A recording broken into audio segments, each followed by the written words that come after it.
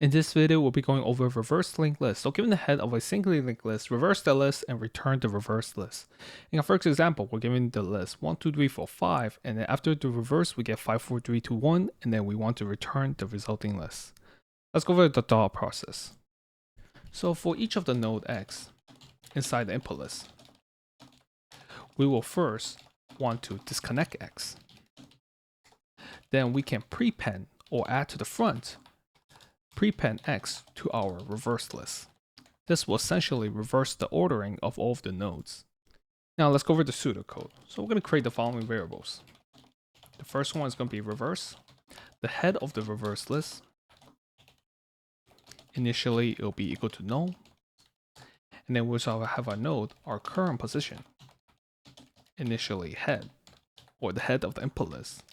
And then while node is not equal to null, this means we still have nodes to process. We're going to create a variable next and set it to node.next.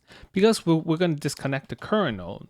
Before we disconnect it, we want to save the next node. This will allow us to continue our traversal. Then we're going to set node.next to node. This will disconnect the current node.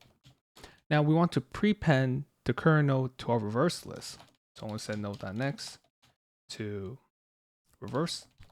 Essentially, we do not even need to do this anymore because we're going to set node.next to reverse anyways.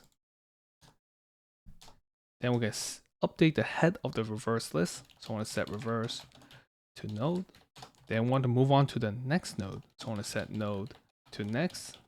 Then we can return reverse, which will be the head of the reverse list.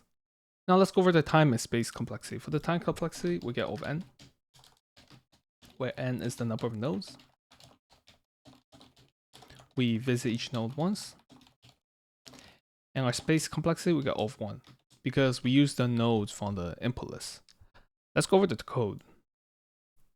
So we're going to create two variables, reverse, which will be the head of the reverse list and also our current position node.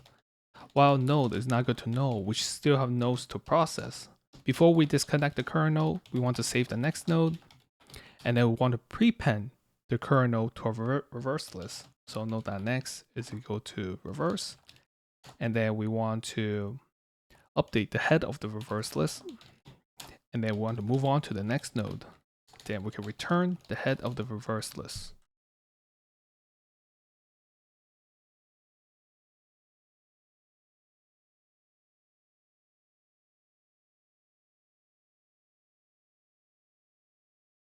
Let me know if any questions in the comment section below. Like and subscribe for more videos that will help you pass the technical interview.